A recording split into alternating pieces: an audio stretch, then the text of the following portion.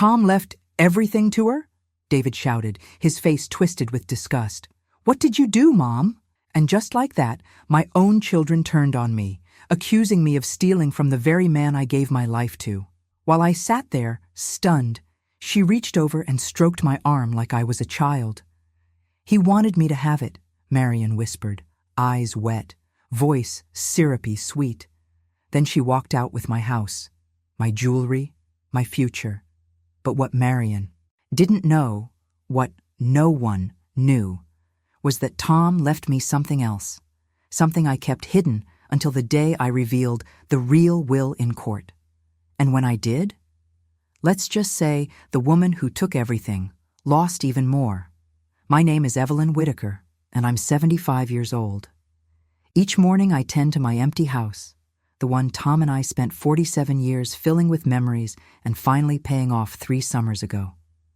The rooms still carry the scent of lemon oil and old books, a comforting ritual from my bookkeeping days. My late husband Tom's secretary, Marion Blackwood, visits twice weekly now, her sugary concern never quite reaching her eyes. I remember Tom's last words to me, squeezing my hand. You'll never be left wanting. That promise feels warm, like the afternoon sun touching our faded wedding photo on the mantel. What Marion doesn't know is that I've kept every document, every receipt, tucked away in places only a former bookkeeper would think to use. The kettle's whistle breaks my thoughts. But let me start from the beginning. I'd never liked law offices, too many echoes of divorce proceedings and foreclosures from my bookkeeping days. But here I sat, 2 weeks after Tom's funeral, in a leather chair that felt too deep for my frame. The conference room's mahogany table stretched before us like a judge's bench. You know that feeling when you're about to step off a curb and realize there might be ice? That's how my stomach felt as I watched Attorney Phillips shuffle his papers. My children, David and Sarah, sat to my left, Marion to my right. The ticking wall clock seemed unnecessarily loud. Now then, Phillips began, adjusting his wire-rimmed glasses. We're here for the reading of Thomas Whitaker's last will and testament. His voice had that practiced neutrality that always makes me think of weather forecasters predicting storms. The air conditioning hummed, pushing stale air around the room. I smoothed my navy dress, the one Tom always said made my eyes look young, and forced my hands to stay still in my lap. To begin with the primary assets, Phillips continued, the family residence at 1242 Maple Street, along with all contents and furnishings. He paused, cleared his throat. Is hereby granted to Marion Blackwood in recognition of her years of loyal service. My fingers went numb. Surely I'd misheard. The investment accounts totaling approximately $342,000. Another pause. Are to be transferred to Marion Blackwood. The room tilted sideways. I heard Sarah's sharp intake of breath, felt David shift in his chair. Personal effects, including Mrs. Whitaker's jewelry collection. Phillips droned on like he was reading. A grocery list. Also to pass to Marion Blackwood. Mom? David's voice cut through the fog. What did you do with Dad's money? Sarah leaned forward, her whisper harsh. I knew something was wrong when you started talking about that cruise last year.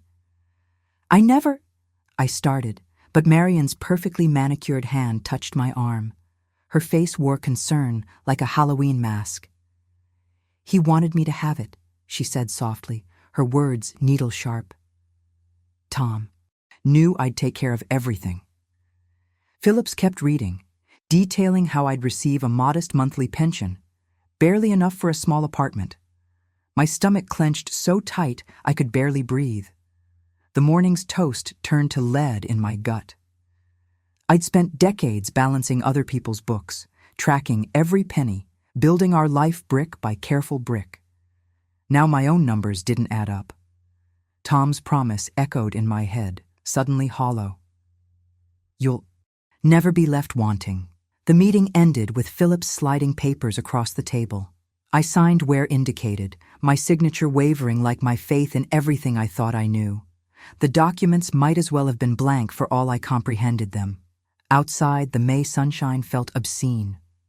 Traffic roared past the law office, people rushing to their normal lives while mine lay shattered at my feet. My children had already left, Sarah muttering about checking Dad's old accounts, David shaking his head as he walked to his car. I turned toward home. No, not home anymore. Marion's home now. My steps faltered on the sun-warmed concrete. How would I face the night ahead? Where would I even sleep next week? That's when I felt it. Marion's gaze burning into my back as she emerged from the building. When I glanced over my shoulder, her satisfied smile cut deeper than any knife. The drive home felt like swimming through molasses. Each familiar landmark, the corner drugstore, Mrs. Peterson's rose garden, the crooked mailbox at number 1238, seemed to mock me with its normalcy. I pulled into our driveway. No, not our driveway anymore. Marion's driveway. You ever notice how a house feels different when you know you're about to lose it? The walls watch you differently. Inside, I dropped my purse on the kitchen counter and pulled out the pension paperwork. My hands weren't quite steady as I ran the numbers. Old habits die hard when you've spent 30 years keeping books. $840 a month. Barely enough for a studio apartment in the shabby part of town, let alone food and medications. The kitchen clock ticked away, each sound like a footstep counting down to eviction. The afternoon sun slanted through the windows, catching dust motes in its beam.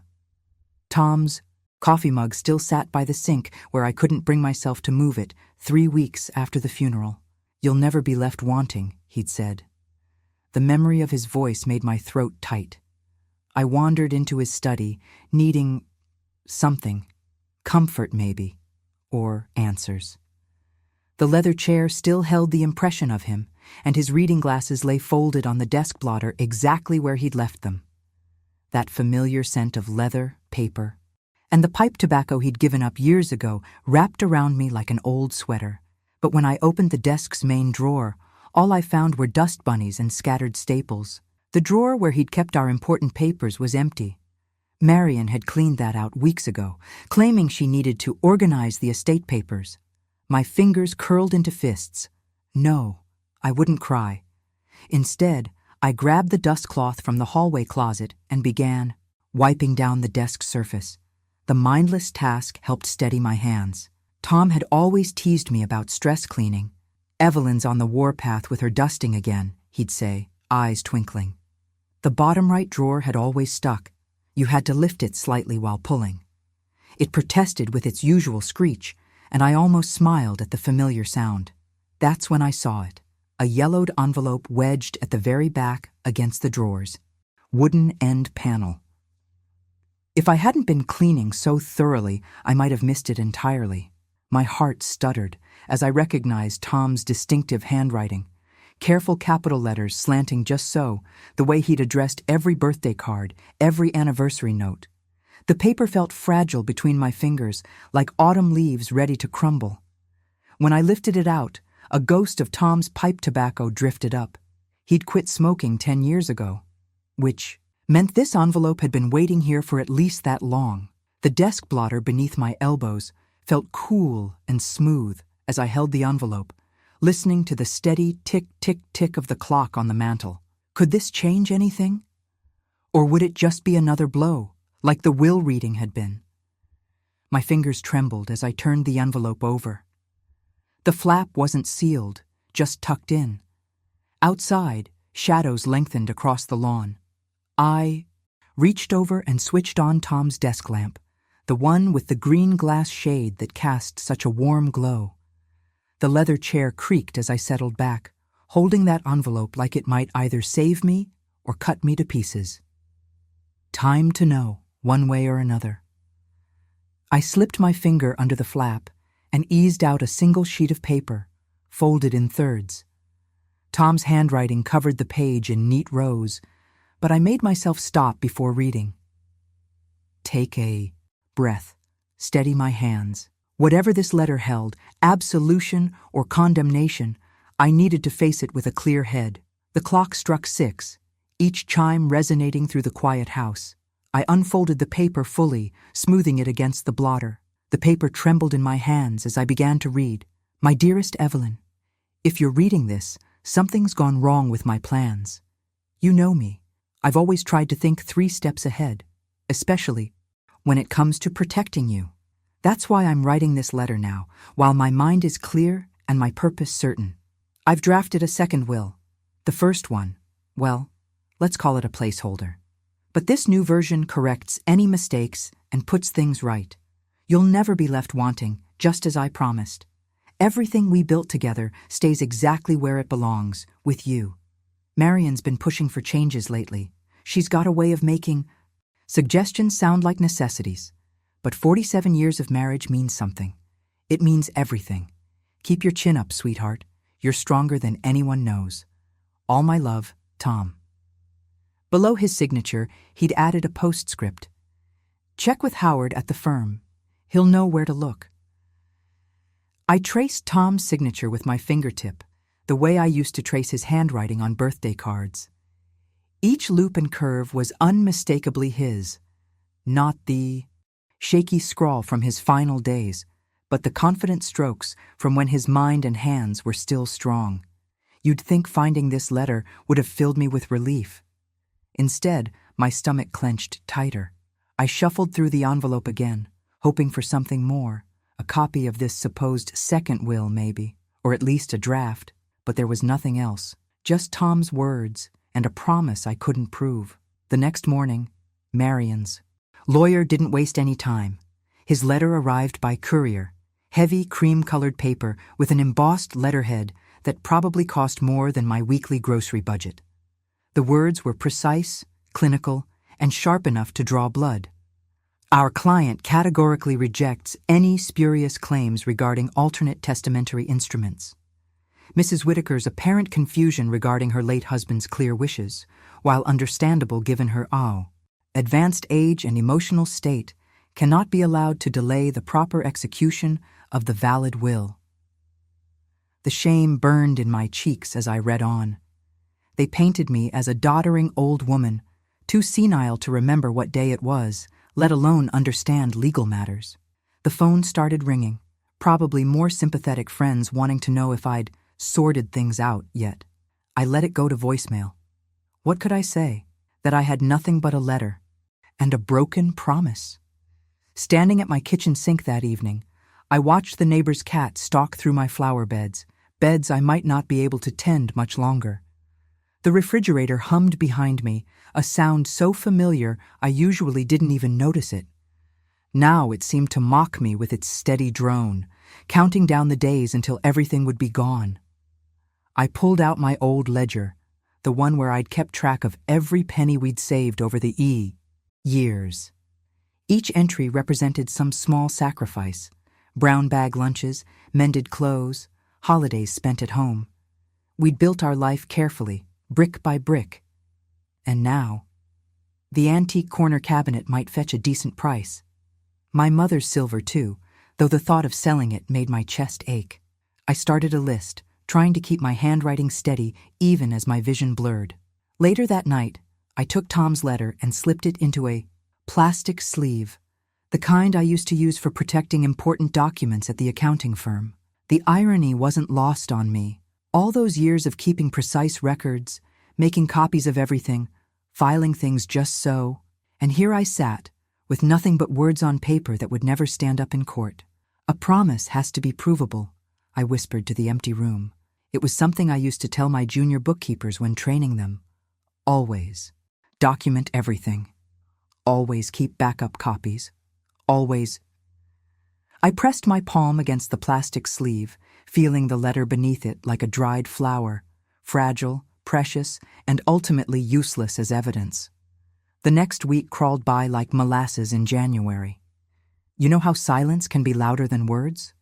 Well, my phone barely rang anymore, but each quiet hour screamed volumes about who my real friends were.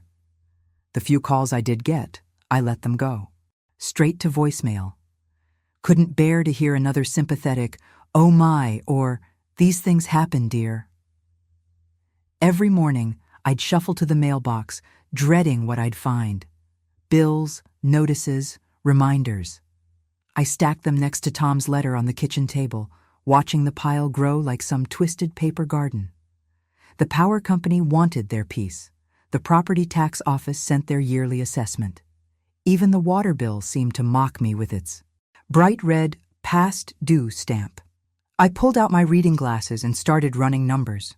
The house I'd inherited from my parents wasn't much, just a small 2-bedroom on the edge of town. But it was paid for, thank heaven. No mortgage meant I could probably scrape by there if everything else went south. Probably. The word sat bitter on my tongue like cheap coffee. That evening, I walked over to the calendar hanging by the fridge. Tom had always teased me about using paper calendars in the digital age, but some habits die hard. My hand shook a little as I counted forward. Exactly 6 weeks until the court date. 42 days. Each one ticked away like a time bomb under my feet. Have you ever tried to sleep while your whole world's hanging by a thread? The ceiling fan above my bed had a slight wobble. Nothing serious, just enough to make the chain clink softly against the glass globe. Tom used to say he'd fix it someday. Now I lay there counting those little clinks, trying to draft answers in my head for questions I hadn't even been asked yet. No, Your Honor, I never saw this other will he mentioned. Yes, Your Honor, I managed our household accounts for 47 years. No, Your Honor, I don't know why he would. The next morning, I pulled out my old bookkeeper's ledger and started a new budget. Simple columns. What comes in, what goes out. The pension would cover basic utilities. Social Security would handle groceries and insurance. Property taxes would be tight, but I could probably manage if I cut back on, well, everything. I'm keeping this house, I told my reflection in the bathroom mirror. At least here I had solid ground under my feet.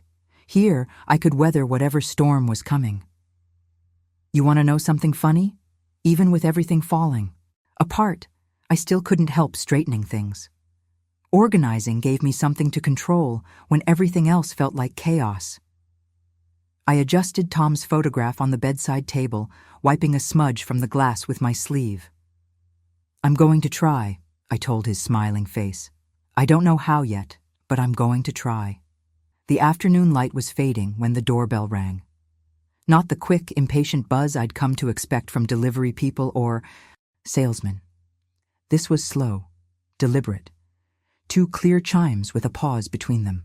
I froze halfway between the kitchen and the front hall, my heart suddenly doing double time in my chest.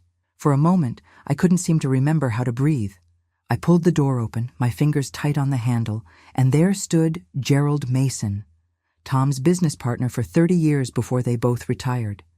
His face was more lined than I remembered from the funeral, but his eyes still had that sharp look that had helped their firm weather 3 recessions. Evening, Evelyn, he said, tilting his head in that formal way of his. Mind if I come in? Got something we should discuss? The kitchen felt smaller with Gerald's tall frame settled at the table. He'd always been particular about his appearance, pressed slacks, crisp shirt, even now in retirement. I remembered how he and Tom used to joke about being the only men left who wore proper business attire to Saturday meetings. Would you like some tea? I asked, more out of habit than anything else, my mother's voice in my head. Always be a proper hostess. Not just yet. He placed a thin manila folder on the table between us. Tom sent me quite a few documents over the years, drafts mostly. Asked me to look them over, give my opinion. His fingers drummed once on the folder. I kept copies. Force of habit, really. 40 years in business teaches you to keep records of everything. My throat went dry. Documents? He opened the folder with deliberate care, including this one. He slid a single paper across the table. My hands trembled as I picked it up. The letterhead was from Morrison & Blake, Tom's regular attorneys. The date. I blinked hard, making sure I was reading it right. 3 months before the version that had stripped everything away. It's notarized, Gerald said quietly. Witnessed, properly executed. And as you can see, he tapped the relevant paragraph with one long finger. I had to read it twice before the words sank in. Everything. The house, the accounts, my jewelry, all of it left to me, just as Tom had promised, just as I'd known in my heart it should be. This, my voice cracked. I took a breath and tried again. This predates the other. Will. By a considerable margin. Gerald's expression hardened slightly. And I've maintained proper chain of custody since Tom sent it to me for review. We'll need to document that carefully. The floor felt solid under my feet for the first time since the funeral. I pressed my palms flat against the kitchen table, anchoring myself to its familiar surface, the same table where Tom and I had shared breakfast for 47 years. We'll need to be strategic about this, Gerald continued. I'd suggest not revealing our hand in the initial filings. Reference the document obliquely at first. Let them think we're fishing, maybe even encourage them to commit to their story before we show our cards. I nodded, already reaching for my phone. I should photograph this. Good instinct. He watched as I carefully documented each page. The original needs to go somewhere secure. A sealed envelope, dated and signed across the seal. Bank vault would be best. The kettle I'd put on earlier began to whistle, its familiar sound cutting through the tension. I started to rise, but Gerald held up one hand. Let it wait a moment, Evelyn. His eyebrow lifted slightly as he studied my face. Because I think you're ready to hear exactly why this draft disappeared, and why the other version suddenly appeared in its place. I settled back into my chair, my heart beating steady and strong. For the first time in weeks, I felt like myself again. The woman who'd kept precise books for decades, who could trace a decimal point through a sea of numbers and find the truth. The kettle's whistle faded to a soft hiss in the background. Outside my kitchen window, the evening light painted long shadows across my garden, no matter what that other will try to claim. I folded my hands on the table and met Gerald's gaze. The thing about Tom, Gerald said, settling back in his chair, was that he always planned ahead. Methodical to a fault. That's why he sent me this draft last spring, wanted my eyes on it while his mind was still sharp as ever.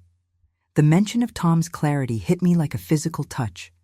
Last spring, he'd still been himself, reading the financial pages every morning, doing the crossword in ink, teasing me about my endless lists and notes. He fell ill so quickly after that, I said softly. My fingers traced the wood grain of our kitchen table, remembering how the doctors' faces had grown more guarded with each visit. Gerald nodded grimly. That's when she made her move. Margaret. He practically spat her name. She started intercepting his mail, screening his calls, said she was protecting him from stress. But what she was really doing was making sure. This draft stayed buried while she worked on him to sign a new version. The pieces clicked into place with devastating clarity. I remembered Margaret's constant presence during those final weeks, how she'd hover with papers, always catching Tom during his most exhausted moments. She waited until the medication had him foggy, I whispered, until he couldn't quite focus on the fine print. Exactly. Gerald's jaw tightened. By then, he was signing whatever was put in front of him. Trusting it was what he'd already approved. My legs went weak. I had to grip the back of my chair as the full scope of her manipulation became clear. Every smile, every solicitous gesture, all of it calculated, all of it false. I started pacing, my house slippers whispering against the linoleum. But court Gerald. The thought of facing skilled lawyers, of being painted as a desperate widow trying to override her husband's wishes, made my stomach clench. They'll tear me apart on the stand, make me look confused, bitter, greedy. Will they? Gerald's voice held a hint of the steel that had made him such a formidable businessman. Evelyn, I watched you keep our company's books for 20 years. You could spot a misplaced decimal point at 50 paces. Tom used to say you were the most detail-oriented person he'd ever met. The reminder of Tom's pride in me brought a flush to my cheeks. How many times had he bragged about my eagle eye for numbers, about how I could reconstruct a transaction from the smallest paper trail? You're right, I said, stopping my nervous pacing. I've spent my whole life keeping careful records, creating backup copies, filing things where they can be found. I looked at the precious folder on my table, just like you did. Gerald smiled. Tom trusted. You with everything he had, Evelyn. He knew exactly what he was doing when he made that first will. Don't let that trust die with him. I walked to the calendar hanging by my phone. With steady hands, I flipped it to the court date and drew a bold circle around the number. Next to it, I wrote 2 words, truth first. The evening air had grown stuffy. I crossed to the kitchen window and pushed it open, letting in the cool night breeze. It carried the scent of my roses, the ones Tom and I had planted together, the ones Margaret had tried to claim along with everything else. I'll do it, I said, turning back to Gerald. The air felt cleaner somehow, easier to breathe. I'll stand up in that courtroom and tell the truth, with evidence to back every word. I gathered the folder, handling it with the same care I'd given to decades of financial records. My voice would be steady when I testified. My hands would be sure when I pointed to the dates, the signatures, the proof of what Tom had really wanted. The next morning, I spread everything across my dining room table. The table where Tom and I had shared thousands of meals, planned our children's futures, and worked through every financial decision together. Now it held the pieces of my defense: his letter in its protective sleeve, Gerald's notarized draft will, and a stack of yellowed mailing receipts that proved exactly when Tom had sent that draft for review. You know how some memories stay crisp as starched cotton? I could still see Tom at this very table, reading his morning paper while I organized our records. My methodical girl, he'd called me, smiling over his coffee cup. I created a timeline, writing each date in my careful bookkeeper's hand. When had Tom sent the draft? When had Gerald reviewed it? When had Margaret begun managing Tom's correspondence? The pattern emerged like a line of dark ink bleeding through paper. Gerald came by each afternoon to help me prepare. We'd sit with cups of Earl Grey while he played the role of opposing counsel, firing the same cruel questions I'd found in their legal notices. Mrs. Whitaker, isn't it possible you're simply unable to accept your husband's final wishes? I kept my voice steady, just as we'd practiced. No, I have documented evidence of his true intentions, including a notarized will draft that predates his illness. And you expect us to believe this convenient discovery? I expect the evidence to speak for itself. The dates, signatures, and witness statements are all properly documented. Hour after hour, we refined my responses until they were clear as cut glass. No emotion, just facts. Dates, documents, truth. I filed the required notices with the court, each one perfect, down to the last comma. The affidavit explaining the draft will's history took 3 revisions before I was satisfied. Every detail had to be bulletproof. But while I worked, 2 weeks slipped away like water through cupped hands. 4 weeks left, then 3. The calendar became my enemy, each ex-ed out day bringing the trial closer. Worse was the silence from my neighbors. Mrs. Peterson, who'd brought me casseroles, after Tom's funeral, suddenly found her garden fascinating whenever I stepped outside. The Hendersons, whose children we'd watched grow up, crossed to the other side of the street rather than pass my house. Don't let it shake you, Gerald advised. They'll all feel foolish enough when the truth comes out. The morning of the hearing, I opened my closet and found the navy suit I'd worn to our grandson's graduation. It hung a bit loose now. Worry isn't much of an appetite stimulant, but it was professional, dignified. I fastened my mother's pearl necklace and checked my reflection. The woman in the mirror looked older than I remembered, but her spine was straight. I packed a thermos of chamomile tea, tucked my reading glasses into their case, and double-checked my folder of documents. Everything was organized, labeled, ready. The courthouse steps looked steeper than I remembered from jury duty years ago. Each one felt like a small mountain as I climbed, my sensible shoes clicking against the worn stone. The morning sun had barely cleared the building's roof, but the air already held summer's weight. That's when I saw her. Margaret stood in the marble hallway outside the courtroom, surrounded by 3 sharp-suited lawyers. Her bottle blonde hair was freshly done, her makeup perfect. She wore a cream-colored dress that probably cost more than my monthly pension. When she spotted me, her lips curved into that familiar saccharine smile, the same one she'd worn while systematically stealing my life. She leaned close to whisper something to her attorney, and they both laughed softly, as if sharing a private joke about some minor promotion. I gripped my folder tighter, feeling the edges of Tom's letter beneath my fingers. The bailiff stepped forward, reaching for the heavy wooden doors. Margaret's smirk followed me as we filed into the courtroom. She settled into her chair like a queen taking her throne, arranging her dress just so, completely confident in her victory. You know that feeling when you step from bright sun into a dim room? How your eyes need time to adjust. That's what hit me as we entered the courtroom. The fluorescent lights buzzed overhead like angry wasps, casting everyone in that sickly institutional glow that makes even healthy people look ill. Gerald squeezed my arm gently as we made our way to our table. I'd insisted on walking in without help. Wouldn't give Margaret the satisfaction of seeing me totter, but I was grateful for his steady presence beside me. The room itself felt smaller than I'd imagined, almost cramped with its dark wood panels and rows of spectator benches. Must have been built back when the county had half its current population. You could still smell the lemon oil they used on the woodwork, just like I used at home. Funny how those little things stick with you.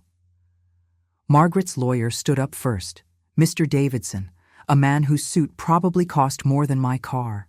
He had that practiced smoothness of someone who'd spent decades making awful things sound reasonable. Your Honor, he began, this case is fundamentally about an elderly widow who simply cannot accept her late husband's final wishes. Mrs. Whitaker's claims about additional wills are, frankly, the product of grief and confusion, perhaps even the early stages of cognitive decline. I felt my cheeks flush, but kept my expression neutral. Let them think what they want. I'd balanced our books for 40 years while that man was still in law school. Margaret sat there with her arms nodding along to every word like a bobblehead doll. When Davidson mentioned cognitive decline, she had the nerve to look concerned, as if she'd ever cared about my well-being. The judge, a woman about my age with steel-gray hair, listened quietly, occasionally making notes. When it was my turn to speak, I kept my voice steady, just as Gerald and I had practiced. Your Honor, my husband was a careful man who never made financial decisions lightly. We built our life on being debt-free and planning ahead. He tracked every penny in those little green accountant's notebooks until the day he got sick.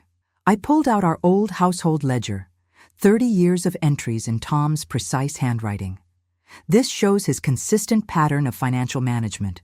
He wouldn't suddenly decide to leave everything to his secretary without explaining why. The judge adjusted her glasses. Mrs. Whitaker, can you clarify the timeline of events? When did you first become aware of potential issues with the will? The letter I found was dated 3 months before his death, Your Honor. In it, he specifically mentions correcting mistakes and references additional documents. I pointed to my calendar from that period, where I'd noted Tom's meetings with his lawyer and accountant. Margaret shifted in her seat, and I saw her whisper something to Davidson. He waved her off, looking irritated. Interesting. The court would be interested, the judge said, leaning forward slightly, in any documents under seal or in custody that might help clarify your late husband's intentions. Are you aware of any such materials? I felt Gerald's finger tap once on our folder, our agreed-upon signal. My heart started hammering so hard I was sure everyone could hear it. Before we proceed, the judge continued, looking over her reading glasses at both tables, I need to know if there exists any further evidence that could materially alter the court's understanding of this case. The fluorescent lights hummed. Papers rustled. Someone coughed. Gerald stood up slowly, our folder held carefully in both hands. Your Honor, he said, I believe I can help with that. You know that moment when you've been carrying something heavy for so long, Your arms are shaking, and someone finally helps take the weight? That's how I felt, watching Gerald step forward with our evidence. Your Honor, he said, his voice carrying the same calm authority it had back when he and Tom ran their accounting firm. I've brought the original draft will, dated and notarized, that Mr. Whitaker sent to me for review 3 months before his passing. Davidson's head snapped up so fast I thought he might hurt himself. Margaret's smug expression flickered like a faulty light bulb. Gerald continued, laying out the documents with the precision of someone who'd spent 40 years handling other people's financial lives. As Mr. Whitaker's business partner for over 3 decades, we maintained a practice of reviewing each other's major financial decisions. He consistently sent me copies of important documents for safekeeping. The judge accepted the papers, examining them with the kind of attention I used to give my ledgers. The notary stamp and signatures appear to be in order, she said, adjusting her glasses. And the date precedes Mr. Whitaker's illness by several months. I watched her compare the language between the 2 wills, noting how the later version, Margaret's version, diverged dramatically from Tom's usual careful style. The kind of thing you'd notice if you'd been married to someone for 50 years. Mrs. Spencer, the judge addressed Margaret directly, making her jump slightly. Can you explain why this earlier will wasn't included in the initial filing? Margaret's face had gone the color of old paste. She tugged at her collar and glanced at Davidson, who looked like he'd just bitten into something sour. I wasn't aware of any other will, Your Honor, Margaret stammered. Remember how confident she'd been just 20 minutes ago? Amazing what a little truth can do to a person's posture. Yet you were responsible for managing Mr. Whitaker's correspondence during his illness? The judge's tone could have chilled coffee. Yes, and you were present when he signed the later version? He wanted to make changes, Margaret said quickly. Too quickly. He told me. The judge held up one hand. Mrs. Spencer, I'm particularly interested in the circumstances surrounding that final signature. The medical records indicate Mr. Whitaker was on significant pain medication at the time. I felt my breath catch. Tom had been so confused those last weeks, barely able to recognize our own children some days. The thought of Margaret taking advantage of that, my hands clenched in my lap. I'll take this matter under review, the judge announced, gathering the documents. Both parties will remain available. We'll reconvene in 1 hour. The gavel crack echoed like a gunshot. Everyone stood as the judge left, then the tension in the room broke into harsh whispers and shuffling papers. I stepped out into the corridor, my legs a bit wobbly. The old courthouse clock overhead showed just past 11. We'd have to wait until noon. I unscrewed my thermos of tea, grateful I'd thought to bring it.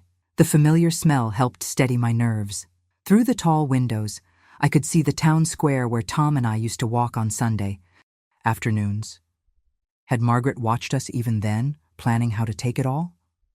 Speaking of Margaret, she was pacing near the water fountain, her heels clicking against the marble floor like angry typewriter keys. She had her phone pressed to her ear, whispering furiously. I couldn't make out the words, but her free hand kept slashing through the air in sharp, desperate gestures. Davidson tried to catch her attention, but she turned her back on him. Interesting how quickly alliances crack when the truth comes out, isn't it? Gerald touched my elbow. Holding up okay, Evelyn? I nodded, sipping my tea. The courthouse clock ticked steadily above us, marking each minute as we waited. Margaret kept glancing our way, but she couldn't seem to meet my eyes anymore. Her confidence had crumpled like an old receipt. The hour hand crept upward, each tick bringing us closer to whatever the judge would decide. I'd spent 50 years building a life with Tom, and now everything hinged on the next 60 minutes. At exactly noon, the bailiff called us back into the courtroom. My teacup had long since gone cold, but I barely noticed. You know that moment when your whole life hangs by a thread. That's what those few steps back to my seat felt like. The fluorescent lights hummed overhead as we settled in. Margaret sat ramrod straight, her fingers locked together so tight her knuckles showed white. Davidson kept shuffling papers, though I noticed he'd moved his chair a few inches away from her.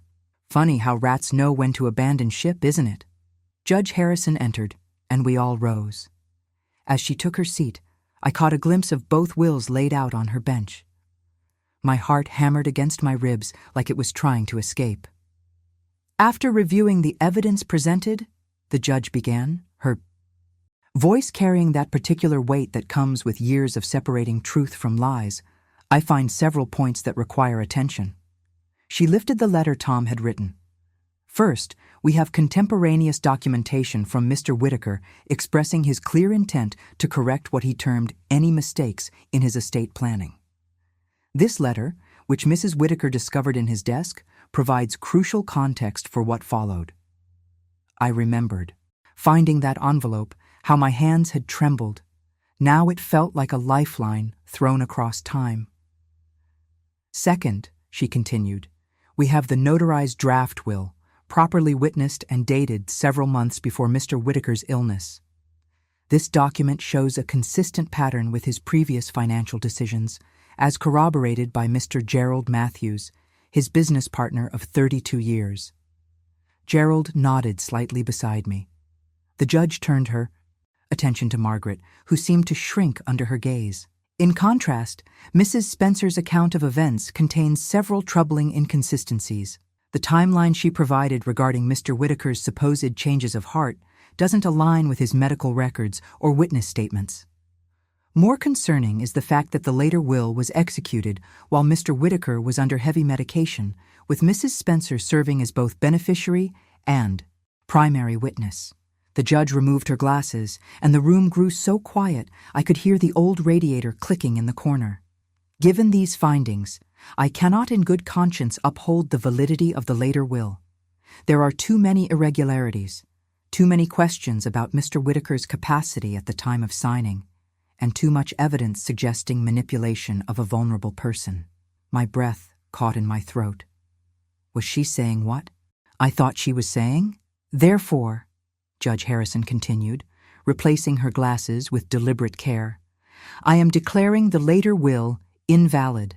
The estate of Thomas Whitaker will be administered according to the terms of the earlier, properly executed draft will, which leaves all assets to his wife, Evelyn Whitaker. The tension that had been holding me upright for weeks suddenly snapped. I sagged in my chair, feeling tears prick at my corners of my eyes. Gerald's hand found my shoulder, steady and warm.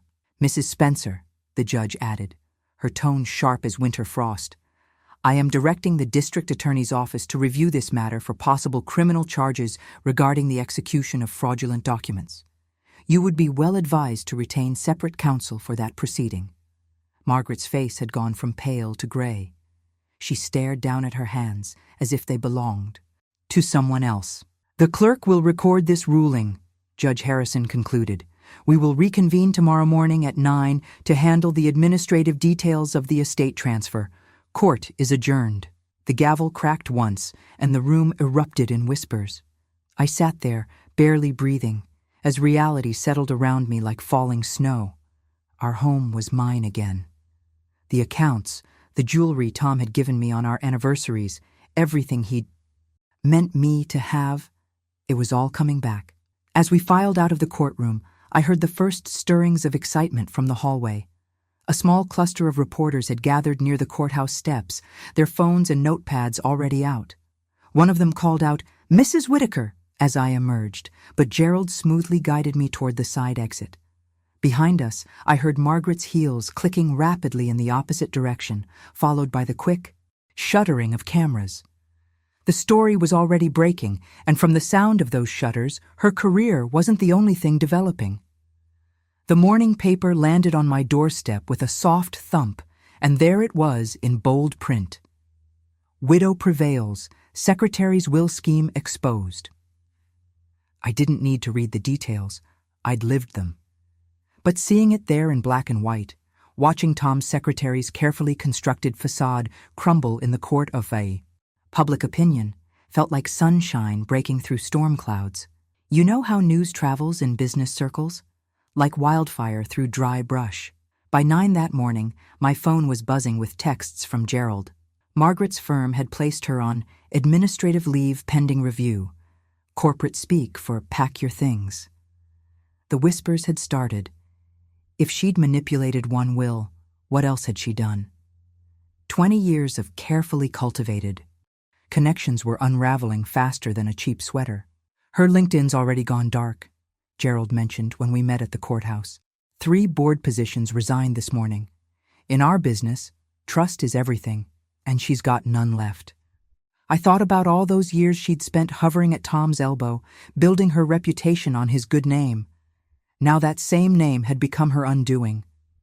There's a certain poetry in that, isn't there? The courthouse seemed different that morning, brighter somehow, less intimidating. The same marble steps I'd climbed yesterday with knots in my stomach now felt solid under my feet. Inside, the clerk's office smelled of coffee and printer toner, mundane scents that somehow made everything feel more real.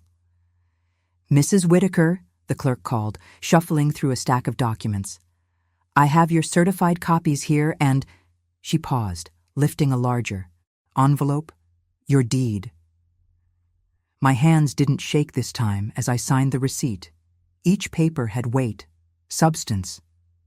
The deed especially. Holding it felt like holding our home itself, all 30 years of memories bound up in official letterhead and seal. Gerald stood beside me, patient as always. "Safe deposit box," he advised, tapping the envelope. "Today, if you can manage it, keep the copies at home, but the originals need to be secure." I finished. I remember how Tom always insisted on that. The memory brought a smile instead of tears for the first time in weeks. "Gerald, I don't know how to thank you." He shook his head, clasping my hand warmly. "Tom would have done the same for me. Besides," he added with a wink, "watching Margaret's face when I pulled out that draft was worth every minute." Outside, the air had that special clarity that comes just before rain. I breathed it in, deep tasting possibility on my tongue. My car sat waiting under the old maple tree, its familiar dents and scratches suddenly endearing rather than embarrassing. I drove home carefully, precious cargo secured in my passenger seat, watching clouds gather overhead. The maple in my front yard, our front yard, swayed gently as I pulled into the driveway. How many times had I made this simple trip, but today felt different. Today I was coming home to my home, not just a house I was borrowing on borrowed time. I gathered the envelope in my purse, taking my time walking to the door. The key turned smoothly in the lock. It always stuck a bit in humid weather, a quirk I'd come to love again. Standing in the doorframe, I paused, letting my breathing settle. The living room waited ahead, unchanged, yet somehow new. Tom's pocket watch still sat on the mantel, ticking away the seconds just as it had during all those years of our marriage. I'd been afraid to touch it these past weeks, as if it too might be taken away. Now I could walk over and wind it properly, just as he'd shown me. My footsteps echoed on the hardwood floors we'd refinished together one sweltering August, laughing at our matching blisters. Every corner held a memory, and now each one felt like a gift reclaimed rather than a ghost that might vanish. The rain finally started, pattering against the windows in a gentle rhythm. I stood there, envelope clutched to my chest, listening to that familiar sound against our roof, our windows, our home. Dusk settled over the living room, painting long shadows across the hardwood floors I'd polished just last spring. I set the deed on the coffee table. Funny how such a simple stack of papers could hold the weight of an entire life. The house creaked and sighed around me, as if it knew it was truly home again. You know what they say about karma? Sometimes it works overtime. Margaret's fall from grace had been spectacular, even by corporate standards. The whispers had turned into headlines, then into closed doors. 20 years of schmoozing board members, all those working lunches, the casual name-dropping of influential clients, poof, gone like smoke. Trust is a funny thing that way. Once it breaks, there's no putting it back together. I settled into Tom's old armchair, letting my fingers trace the worn fabric. The evening news would probably run the story again tonight. Prominent legal secretary, ousted after will fraud exposed. I could almost see the ticker tape running across the bottom of the screen. Her lawyer hadn't even bothered filing an appeal. What was there to appeal? The evidence had been right there in black and white, time-stamped and notarized. "You made your own bed, Margaret," I murmured to the empty room. "Shame you had to lie in it so publicly." The light was fading fast now, turning everything soft and golden. It reminded me of those quiet evenings when Tom would sit right here, checking his pocket watch every few minutes like it might tell him something new. I reached for my handbag and pulled out the small velvet pouch I'd been carrying since the funeral. The watch felt heavier than I remembered, its gold case warm from being close to my body all day. Tom had worn it every day for 40 years, a graduation gift from his father, who'd received it from his father before him. 3 generations of careful timekeeping, and Margaret thought she could just write it off in a fraudulent will, like it was nothing more than another asset to liquidate. I pressed the stem, and the case popped open with that familiar soft click. The second hand swept around in steady arcs, tick-tick-ticking away, just like it always had. How many times had I fallen asleep to that sound? How many morning coffees had we shared, that gentle ticking keeping us company? "There you are, old friend," I whispered, running my thumb over the glass face. The watch had been Tom's heartbeat, in a way. He'd wind it every morning before sunrise, a ritual as natural as breathing. Even in his final weeks, when the pain medication left him confused about so many things, he'd still reach for it first thing. Standing slowly, my knees aren't what they used to be, I walked to the mantel. Our wedding photo sat there, Tom beaming in his rented tuxedo, me clutching a bouquet of daisies because we couldn't afford roses. We'd started with nothing but hope and hard work, built everything piece by piece, bill by paid bill. The thought of Margaret almost stealing it all still made my stomach clench. But she hadn't won, couldn't win, really. Greed has a way of overplaying its hand. I placed the pocket watch on its old spot, right next to our photo. The last rays of sunlight caught the glass, making it wink like it was sharing a secret. Tomorrow afternoon the sun would hit it just the same way, and the next day, and the day after that. Time marches on, steady as a heartbeat, sure as sunrise. The house settled around me, creaking in all its familiar places. Every sound was a comfort now, the hum of the refrigerator, the distant drip of that bathroom faucet I really should fix, the soft whisper of air through the vents. All of it mine. All of it exactly where it belonged. I turned toward the hall mirror. Tom always said it was like having a camera pointed at us, and smiled at my reflection. The woman looking back at me seemed stronger, somehow more certain. She'd learned what I'd learned. Greed digs its own grave. The pocket watch kept ticking, marking time in the growing darkness. Tomorrow would take care of itself. Tonight was for savoring victory, quiet and complete.